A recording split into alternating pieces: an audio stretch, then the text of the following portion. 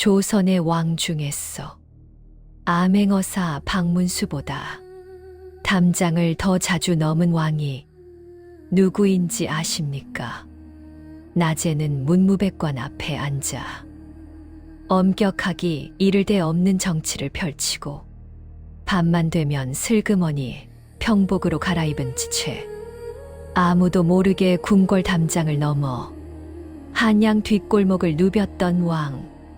그것도 한두 번이 아니라 거의 매일 밤 대신들은 아침마다 머리를 조아리며 전하, 밤마다 어디를 행차하시옵니까? 라고 물었지만 임금은 그저 빙긋 웃으며 아무 말도 하지 않았다고 합니다. 도대체 이 왕은 누구이고 밤마다 어디를 갔던 것일까요? 오늘 이야기의 주인공은 조선 제9대 임금 성종입니다. 성종하면 흔히 떠오르는 것이 있지요. 경국대전을 완성한 왕, 학문을 사랑한 왕, 홍문관을 정비한 왕. 교과서에서 만나는 성종은 언제나 그렇게 반듯하고 점잖은 모습입니다. 하지만 오늘 여러분께 들려드릴 성종은 조금 다릅니다. 추운 겨울밤, 어느 다 쓰러져가는 초가집 앞에서 한 여인의 울음소리를 들으며 담장에 귀를 바짝 붙이고 서 있던 임금. 그 여인의 집 안으로 선비 행세를 하며 발을 들여놓았던 임금. 그리고 그 끝에서 기다리고 있던 아무도 예상하지 못했던 통쾌한 반전. 지금부터 그 이야기를 차근차근 들려드리겠습니다. 때는 조선 성종 연간이었습니다. 성종은 13살의 나이에 임금의 자리에 올랐습니다. 어린 나이였지만 그는 처음부터 남달랐습니다. 책을 가까이 했고 학자들과 토론하기를 즐겼으며 신하들의 말을 막지 않고 끝까지 들어주는 임금이었습니다. 덕분에 조선의 신하들 중에는 성종 앞에서 직언을 올리는 이가 유독 많았습니다. 때로는 그 직언이 지나쳐 임금을 아주 피곤하게 만들기도 했지요. 전하, 어젯밤에도 밤늦게 자리를 비우셨다 하옵니다. 학문에 힘쓰셔야 할 시각에 옥체를 함부로 하시면 아니 되옵니다. 전하, 또 변복을 하고 궁 밖을 나가셨다고 들었습니다.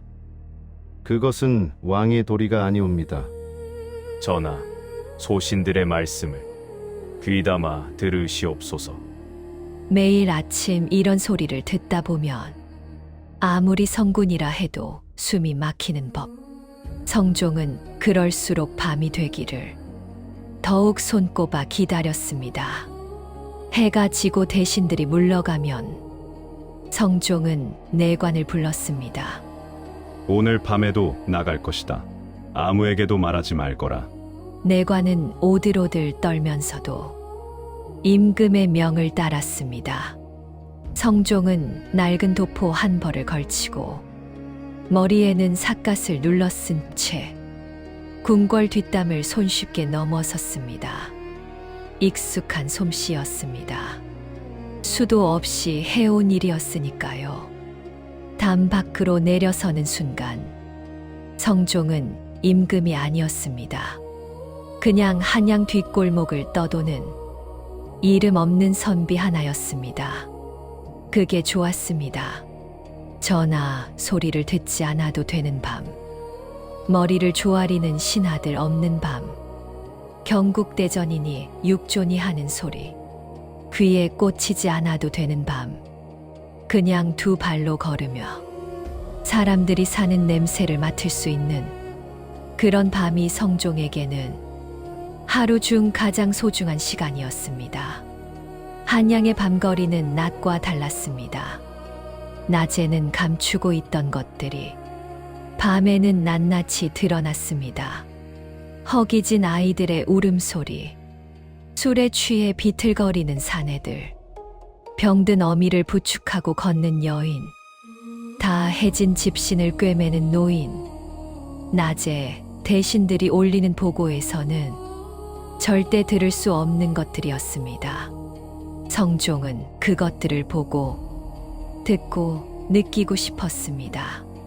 그게 그가 밤마다 담을 넘는 이유였습니다. 그러던 어느 해 겨울이었습니다. 한양에 눈이 내리기 시작했습니다. 처음에는 가락눈이더니 어느새 제법 굵은 눈발이 골목길을 하얗게 덮었습니다. 성종은 그날 밤에도 여지없이 궁을 빠져나왔습니다. 이런 밤에 또 나가시려고요? 내관이 걱정스럽게 물었지만 성종은 아랑곳하지 않고 낡은 도포 깃을 여몄습니다. 추울수록 더 나가봐야 한다. 추울수록 백성들의 고통은 더 클 것이니 눈 내리는 종로 거리를 홀로 걷는 임금, 가게 문들은 하나둘 닫혔고 사람들의 발걸음도 뜸해졌습니다. 성종은 별 생각 없이 이 골목 저 골목을 기웃거리다가 종로에서 조금 벗어나 어느 후미진 골목 앞에 다다랐습니다. 다 쓰러져가는 초가집이었습니다. 기둥은 사갔고 지붕의 이형은 군데군데 내려앉아 있었으며 문풍지는 찢어진 채 겨울바람에 파르르 떨고 있었습니다. 성종은 그냥 지나치려 했습니다. 그런데 그 순간 집 안에서 소리가 들려왔습니다. 조용한 울음소리였습니다. 소리를 억누르며 우는, 그래서 더 듣는 이의 마음을 아프게 하는 그런 울음소리. 성종은 발걸음을 멈췄습니다. 그리고 귀를 기울였습니다. 울음 사이로 작은 목소리가 흘러나왔습니다. 내일이면 저 아이를 데려간다니 이 어미가 죽어야 끝이 나겠구나. 성종의 심장이 쿵 내려앉았습니다. 아이를 데려간다. 그게 무슨 뜻인지 성종은 본능적으로 알아챘습니다. 빚. 그리고 그 빚을 갚지 못한 데가 성종은 그 자리에 멈춰선 채 한동안 담벼락에 등을 기댔습니다. 발걸음이 떨어지지 않았습니다. 탐과 놀이의 횡포. 성종은 그 자리에 서서 집 안의 소리에 더 귀를 기울였습니다. 조금씩 이야기의 조각들이 맞춰지기 시작했습니다. 여인은 과부였습니다. 남편이 일찍 세상을 떠난 뒤 혼자 아들 하나를 키우며 어렵사리 살아가고 있었습니다. 그런데 몇 해 전 아이가 큰 병을 앓아 치료비가 필요했습니다.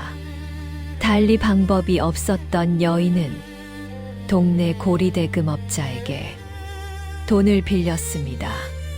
그 고리대금업자는 겉으로는 멀쩡한 양반 행세를 했지만 속으로는 관아에 말단 관원들과 단단히 결탁한 자였습니다.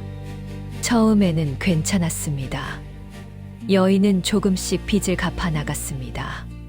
하지만 그 고리대금업자라는 자가 워낙 악랄한 사람이었습니다. 빚이 절반쯤 줄었다 싶으면 이자를 올렸습니다. 이자를 겨우 맞춰가면 이번에는 원금이 늘어 있었습니다. 계산을 물어보면 아, 이건 복리라서요. 이렇게 되는 게 맞습니다. 라며 여인이 이해하지도 못하는 말을 늘어놓았습니다. 여인은 그를 잘 몰랐습니다. 계산도 빠르지 않았습니다. 그저 상대방이 하는 말을 믿을 수밖에 없었고 그 믿음은 해가 갈수록 더 무거운 족쇄가 되어갔습니다. 그러다 마침내 그 고리대금업자는 관원들을 앞세워 이제는 현금으로는 받지 않겠소. 당신 아들을 데려가겠소. 내 집에서 종으로 쓸 테니 그것으로 빚을 갚으시오. 라고 통보해 온 것이었습니다. 여인이 읍소를 했습니다. 관아에 가서 억울하다고 하소연도 했습니다. 하지만 관아에 가보니 거기에 앉아 있는 관원들이 바로 그 고리대금업자와 한 통속이었습니다. 증서에 도장이 찍혀 있으니 어쩔 수 없소. 내일까지 아이를 내보내시오. 여인은 그 길로 집에 돌아와 소리 죽여 울고 있었던 것이었습니다. 이 이야기를 담장 밖에서 낱낱이 들은 성종. 그의 주먹이 서서히 쥐어졌습니다. 빚쟁이와 결탁한 관원, 글도 모르는 가난한 과부, 아이를 빼앗길 위기, 대신들이 올리는 보고서에서는 절대 볼 수 없는 조선의 민낯이었습니다. 성종은 이를 악물었습니다. 그리고 천천히 그 초가집의 문 앞으로 걸어갔습니다. 성종은 살인문을 살며시 두드렸습니다. 안에서 인기척이 딱 멈췄습니다. 잠시 후 조심스럽게 문이 열렸습니다. 촛불 하나를 손에 든 여인이 문 너머로 성종을 바라보았습니다. 30 언저리쯤 되어 보이는 여인이었습니다. 고단한 살림살이의 얼굴은 헬쑥했지만 눈빛만큼은 맑고 또렷했습니다. 누구십니까? 성종은 삿갓을 살짝 치켜 올리며 최대한 평범한 얼굴을 만들었습니다. 지나가던 길손이오. 눈이 이렇게 내리는데 길을 잃고 말았구려. 이 근처에 피할 곳이 없으니 물에 한 줄 알지만 물 한 사발만 얻을 수 있겠소? 여인은 잠시 성종을 살폈습니다. 눈 속을 헤매고 온 낯선 산에. 그러나 눈매는 온화하고 말씨는 정중했습니다. 들어오십시오. 여인은 문을 열었습니다. 방 안은 작고 초라했습니다. 한쪽 구석에 어린 사내아이가 이불을 덮고 새근새근 자고 있었습니다. 나이는 7살이나 8살쯤 되어 보였습니다. 아이의 얼굴이 평화로웠습니다. 내일이면 끌려간다는 것도 모른 채 자고 있는 그 얼굴이 성종은 차마 오래 바라볼 수가 없었습니다. 여인이 숭늉을 한 사발 가져왔습니다. 가난한 살림에 내놓을 것이 그것밖에 없는 여인의 손이 조금 떨렸습니다. 성종은 두 손으로 사발을 받아들며 천천히 숭늉을 마셨습니다. 고맙소. 그리고 조심스럽게 말을 꺼냈습니다. 아까 밖에서 잠깐 들었는데 많이 걱정되는 일이 있으신 것 같소. 실례인 줄 알지만 무슨 일인지 말씀해 주시겠소? 여인은 처음에는 고개를 저었습니다. 낯선 사람에게 무슨 사연을 털어놓겠느냐는 표정이었습니다. 하지만 성종의 눈빛이 진심이었습니다. 비웃거나 가볍게 여기는 빛이 단 한 조각도 없는 눈빛. 그것이 여인의 마음을 움직였습니다. 여인은 결국 입을 열었습니다. 처음에는 더듬더듬, 나중에는 참았던 눈물과 함께 지금까지의 사연을 모두 털어놓았습니다. 남편을 잃은 것, 아이가 병이 든 것, 어쩔 수 없이 빚을 진 것, 아무리 갚아도 줄지 않는 빚, 내일이면 아이를 빼앗긴다는 것. 성종은 그 이야기를 들으며 한마디도 끊지 않았습니다. 그냥 듣기만 했습니다. 이야기가 끝났을 때 여인의 눈가에는 눈물이 맺혀 있었습니다. 참 죄송합니다. 나그네께 이런 이야기를 드려서요. 어차피 해결될 일도 아닌데. 성종은 고개를 저었습니다. 아닙니다. 말씀해 주셔서 고맙소. 그는 잠시 생각에 잠겼습니다. 그리고 품 안에서 접힌 종이 한 장을 꺼냈습니다. 붓을 달라 하여 무릎 위에 종이를 펴고 무언가를 적기 시작했습니다. 여인은 영문도 모른 채 그 모습을 지켜보았습니다. 이것을 드리겠소. 성종이 종이를 건네며 말했습니다. 내일 그 관원이 찾아오거든 이 종이를 보여주시오. 반드시 해결될 것이오. 여인은 종이를 받아들며 고개를 갸웃거렸습니다. 이게 무엇입니까? 나그네께서는 어떤 분이시기에 이런 것을. 성종은 살며시 미소를 지으며 자리에서 일어났습니다. 그냥 지나가던 사람이오. 너무 깊이 생각하지 마시오. 그리고 눈 쌓인 골목으로 사라졌습니다. 여인은 그날 밤 내내 잠을 이루지 못했습니다. 낯선 선비가 건네준 종이 과연 저것이 무슨 소용이 있겠느냐. 여인은 종이를 다시 펼쳐보았습니다. 거기에는 깔끔한 필체로 글이 적혀 있었습니다. 빚의 내역을 다시 따져 공정하게 처리할 것. 관원은 백성의 종이지 백성을 부리는 상전이 아니라는 것. 법을 어긴 자는 반드시 그 죗값을 치러야 한다는 것. 그리고 맨 끝에 작은 글씨로 이렇게 적혀 있었습니다. 대궐의 법도가 이러하니 이를 어기는 자는 엄히 다스릴 것이다. 여인은 그 마지막 글귀를 보고 고개를 갸웃거렸습니다. 대궐의 법도.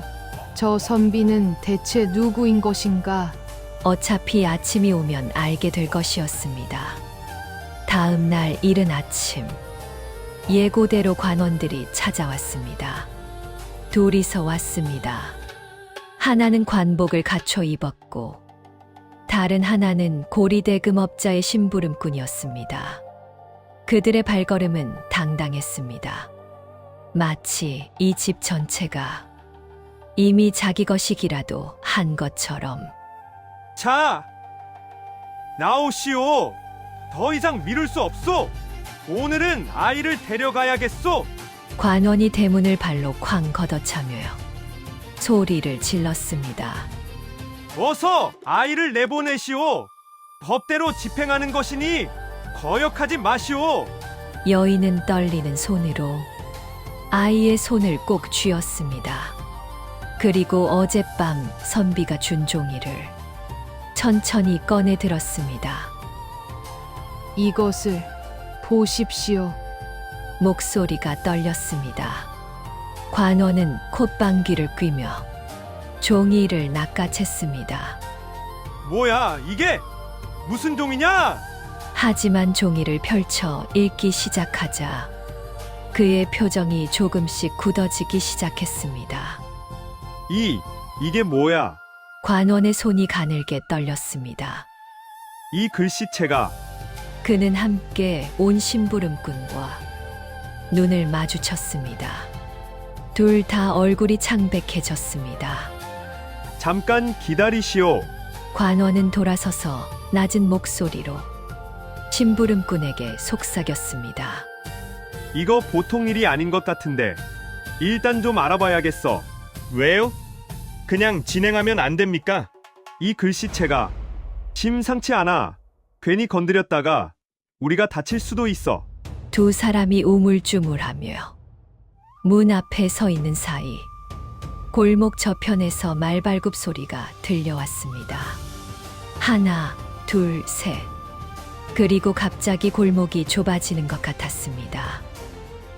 어사, 임금이 파견한 어사 일행이 그 좁은 골목으로 들어서고 있었습니다. 어사 일행이 말에서 내렸습니다. 앞장선 어사는 허리를 꼿꼿이 세운 젊은 관리였습니다. 눈빛이 날카로웠습니다. 그가 관원을 향해 차갑게 입을 열었습니다. 이 집에는 무슨 볼일이오? 관원은 당황했지만 애써 태연한 척 대답했습니다. 아, 예. 저는 그냥 부채 집행을 하러 왔습니다. 법에 따라 진행하는 것이오. 증서를 보여주시오. 어사가 손을 내밀었습니다. 관원은 어쩔 수 없이 증서를 꺼내 건넸습니다. 어사는 그것을 꼼꼼히 살폈습니다. 한 장, 두 장, 세 장, 그리고 한참 만에 고개를 들었습니다. 이 이자율이 맞소? 예, 맞습니다. 이게 맞을 리가 없소. 이자가 원금을 넘었소. 이것은 법을 어긴 것이오. 관원의 얼굴이 또 한 번 창백해졌습니다. 어사가 뒤를 돌아보며 말했습니다. 이 댁의 채무 내역을 처음부터 다시 계산하라. 부당하게 늘어난 이자는 모두 삭제하고 실제로 갚아야 할 금액만 남기도록 하라. 예. 수행원들이 일사불란하게 움직이기 시작했습니다. 여인은 어안이 벙벙한 채 그 광경을 바라보았습니다. 저기, 여인이 조심스럽게 어사에게 물었습니다. 어떻게 여기를 아시고 오신 것입니까? 어사는 잠시 여인을 바라보다가 조용히 대답했습니다. 어명이오. 딱 두 글자였습니다. 그 두 글자에 관원들의 무릎이 그 자리에서 꺾였습니다. 바닥에 무릎을 꿇은 관원이 두 손을 모으며 빌기 시작했습니다.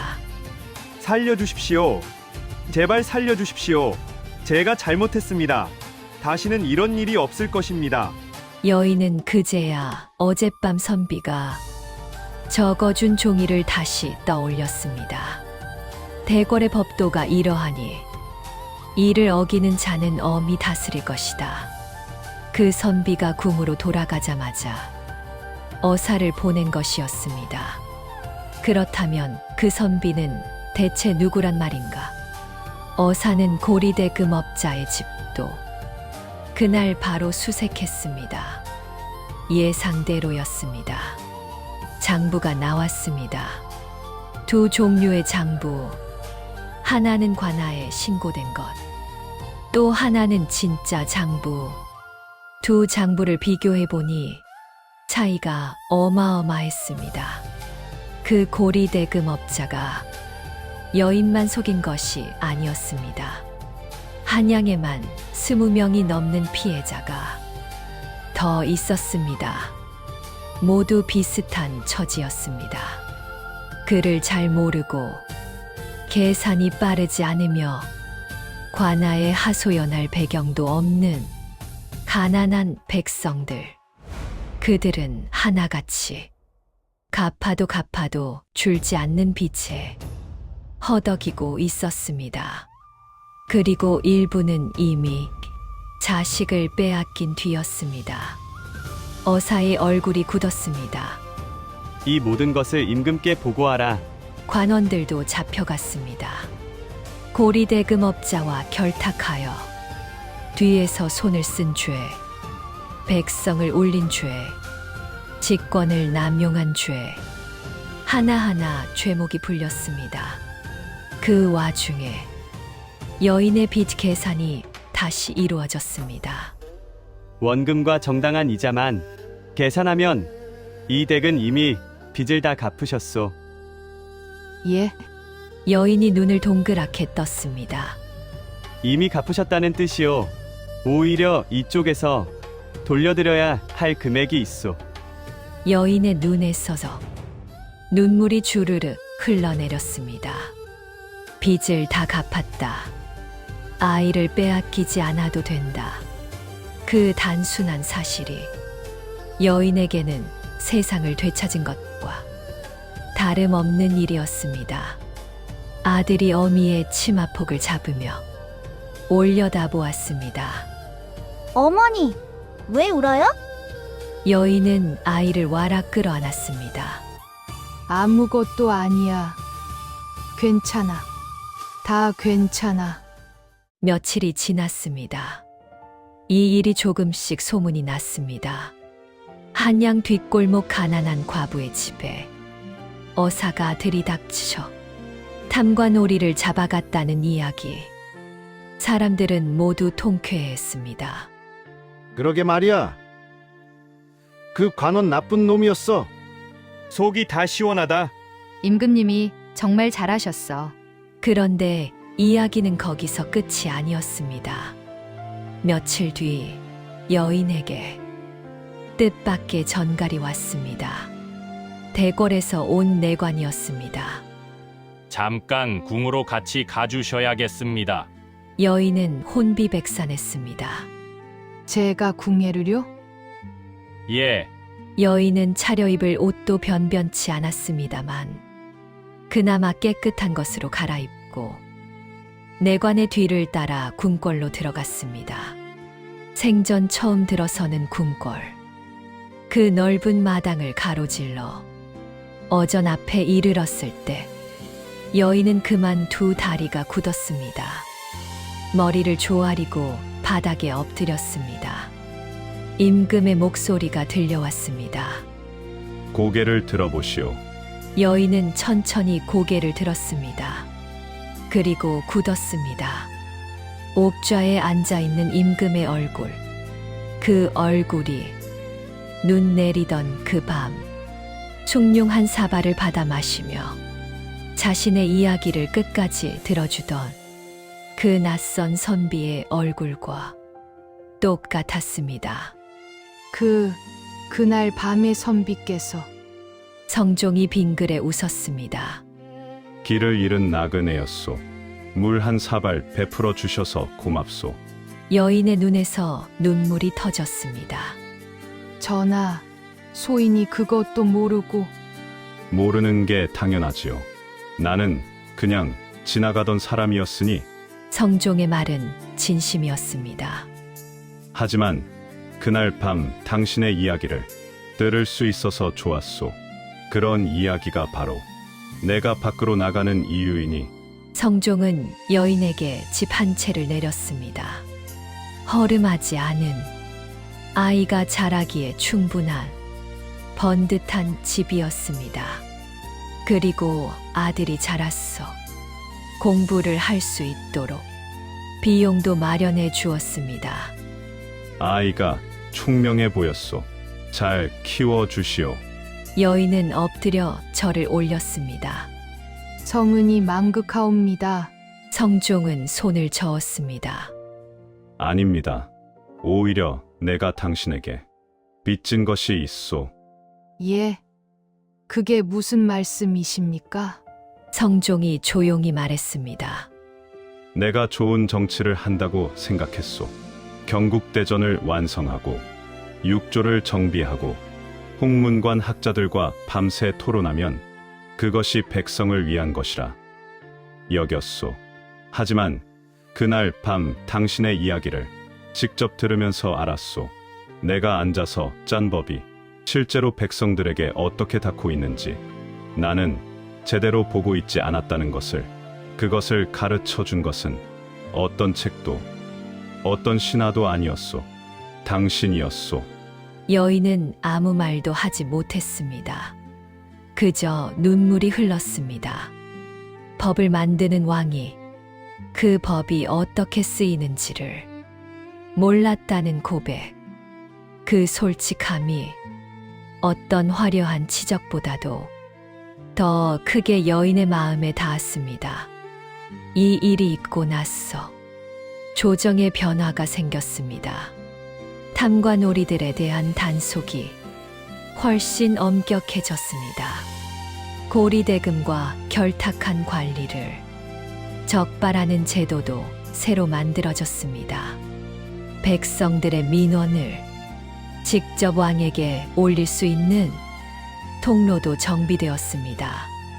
대신들은 갑작스러운 변화에 어리둥절했습니다. 전하, 갑자기 이런 제도를 마련하시는 이유가 무엇이옵니까? 성종은 짧게 대답했습니다. 백성들의 이야기를 직접 들었소. 언제, 어디서 말씀이십니까? 성종은 미소만 지을 뿐 더 말하지 않았습니다. 대신들은 영문을 알 수 없었지만 어쩔 수 없이 임금의 뜻을 따랐습니다. 그리고 그 해부터 한양의 탐관오리 적발 건수는 눈에 띄게 늘어났습니다. 억울한 백성들의 하소연이 실제로 처리되는 사례도 많아졌습니다. 요즘 조정이 좀 달라진 것 같아. 그러게 말이야. 뭔가가 바뀌었어? 백성들 사이에서 그런 말이 나오기 시작했습니다. 성종의 야행은 그 뒤로도 계속되었습니다. 매서운 겨울밤에도, 더위가 기승을 부리는 여름밤에도, 비가 쏟아지는 밤에도 내관이 걱정스럽게 말렸습니다. 전하, 오늘은 날이 너무 굳습니다. 내일 나가시는 것이 어떠하옵니까? 성종은 고개를 저었습니다. 날이 굳을수록 더 어려운 처지에 있는 백성이 있다. 그러니 내가 더 나가봐야 한다. 그리고 여전히 낡은 도포를 걸치고 궁궐 담장을 넘었습니다. 탐관오리들은 어떻게 되었을까요? 고리대금업자와 결탁하여 백성들의 재산과 자녀를 빼앗던 그 관원들. 한 명은 유배를 갔습니다. 한 명은 파직을 당했습니다. 고리대금업자는 그 재산을 모두 몰수당하고 피해자들에게 나누어 주게 되었습니다. 세상에 공짜는 없다는 말이 있습니다. 남의 것을 억울하게 빼앗으면 반드시 그 대가가 돌아온다는 것. 그들은 그것을 몸소 배웠습니다. 그리고 여인의 아들은 어떻게 되었을까요? 어미의 손에서 자라난 그 아이는 어렵게 공부를 시작했습니다. 성종이 마련해 준 것들 덕분에 굶지 않고 글을 배울 수 있었습니다. 수년이 흘러 그 아이는 과거에 응시했습니다. 그리고 합격했습니다. 어미는 그날 종일 울었다고 합니다. 기쁨의 눈물인지, 지난 세월의 눈물인지, 자신도 알 수 없는 눈물을. 성종, 그는 조선의 왕 중에서도 특별한 왕으로 기억됩니다. 경국대전을 완성한 왕, 홍문관을 정비한 왕이기도 하지만 무엇보다 낮은 곳으로 내려가 귀를 기울일 줄 알았던 왕이었습니다. 왕좌에 앉아 아무리 훌륭한 법을 만들어도 그 법이 백성들의 삶 속에서 어떻게 작동하고 있는지를 모른다면 무슨 소용이겠습니까? 성종은 그것을 알았습니다. 그래서 밤마다 담을 넘었습니다. 그것은 단순한 호기심이 아니었습니다. 일탈도 아니었습니다. 낮은 곳에서 들리는 이야기가 높은 곳에서 만드는 법보다 때로는 훨씬 더 정확하게 세상의 진실을 담고 있다는 것을 그는 알고 있었던 것입니다. 눈 내리는 겨울밤, 한 과부의 집에서 들은 이야기 하나가 한양의 탐관오리들을 쓸어내고 억울한 백성들의 눈물을 닦아주었습니다. 그 모든 것의 시작은 단 하나, 낮은 곳으로 내려가 진심으로 귀를 기울인 것이었습니다. 높은 자리에 오를수록 낮은 목소리가 들리지 않는 법입니다. 그것이 성종의 야행이 오늘의 우리에게도 여전히 의미 있는 이유입니다. 아무리 높은 자리에 있더라도 낮은 곳에서 들리는 소리에 귀를 열 줄 아는 사람, 그런 사람이야말로 진정한 어른이요, 진정한 리더가 아닐까요? 착하게 살고 억울한 자의 편에 서며 낮은 곳으로 기꺼이 내려가면 하늘이 반드시 그 뜻에 응답한다는 것. 성종의 이야기는 그 오래된 진리를 우리에게 다시 한번 일깨워 줍니다. 오늘 밤 잠들기 전 한 번만 생각해 보시기 바랍니다. 내가 지금 귀를 기울이고 있는가? 내 주변의 낮은 목소리를 내가 제대로 듣고 있는가? 그 물음에 예라고 답할 수 있다면 여러분은 이미 훌륭한 사람입니다. 이어지는 오늘 이야기의 주제곡 가장 낮은 곳의 하늘도 많은 감상 부탁드립니다. 지금까지 들어주셔서 진심으로 감사드립니다.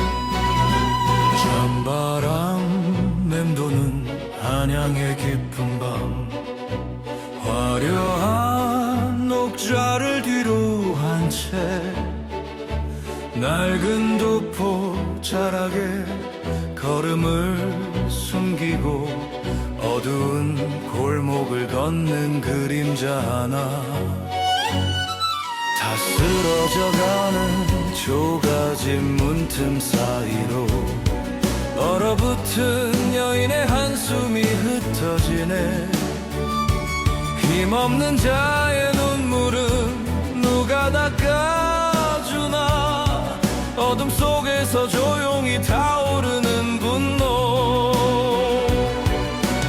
벼루에 먹을 깔아 붓끝에 담은 진심 매서운 호령이 되어 밤하늘을 가르네 종이 한 장에 담긴 천근의 무게여 담과 놀이 벌벌 떠는 서리빨 같은 어명이여 가장 높은 곳에서 내려와 가장 낮은 곳에 손을 잡았네 백성의 하늘이 된 이름 모를 나그네여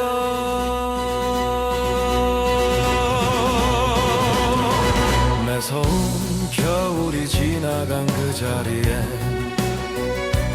따뜻한 화롯불처럼 번지는 웃음꽃 책장 넘기는 아이의 맑은 소리 그 뒤에서 미소 짓는 어미의 얼굴 언덕 위에서 내려다본 백성들의 불빛들 밤하늘의 별처럼 반짝이며 속삭이네 이 땅의 아픔을 외면치 않으리라 백성의 평안이 곧 나의 평안이니 종이 한 장에 담긴 천근의 무게여 담과 놀이 벌벌 떠는 서리빨 같은 어명이여 가장 높은 곳에서 내려와 가장 낮은 곳에 손을 잡았네 백성의 하늘이 된 이름 모를 나그네여